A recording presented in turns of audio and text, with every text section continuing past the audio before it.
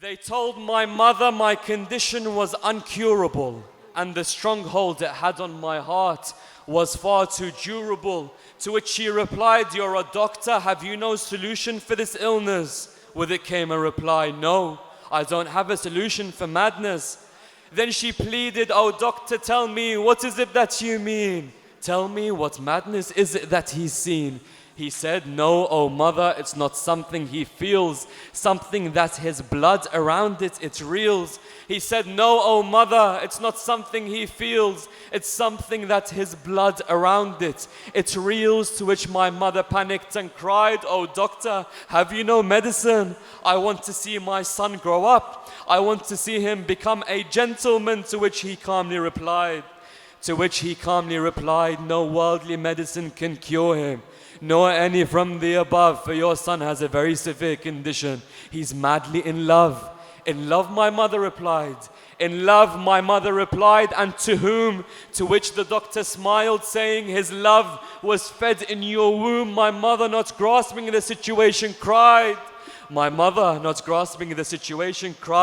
"Oh no, my son's been bewitched. Tell me, oh doctor, who is it? Maybe this condition can be fixed." The doctor looked at her.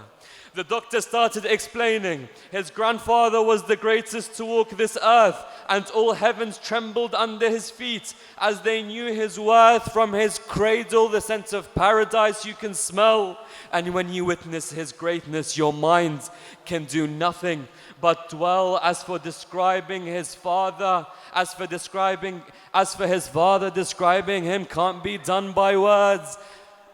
father, describing him can't be done by words. Just let me tell you that with his fingers he controls the worlds, and if we tried to describe him, then words would finish and books would run out and ink would be scarce, as if it were rain after a drought. His mother, who in her honor paradise itself was created, and whether you enter its gardens, it's through her that it's dictated, and it is she who her veil couldn't even be perceived, and on her own she will stand on the day of judgment, and to her beggars she will intercede. And his brother, whose generosity is an ocean, that in it you drown, he was grand beyond comprehension, yet next to beggars he'd sit down.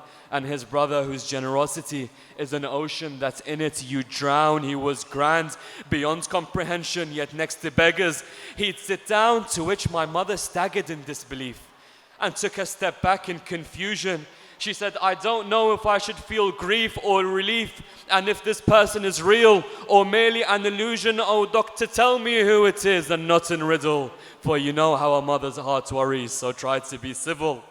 Then the doctor stood up and said, "Oh woman, know you not of Karbala and its pain? Don't you know the man whose cries drove the skies insane? That piece of Jannah that was slain, speaking with its Lord. That piece of Jannah that was slain, speaking with its Lord. The man whose body wasn't buried in dust, but in swords." And then my mother realized and cried. "You speak of Hussein, the man's name who lives in my veins. If my son is in love with him, then I am proud, and may he portray his love far and loud, and may all creation be intoxicated with his ambition, and may all humans always be in his condition. I know, doctor, if you try to change my son, then you will fail.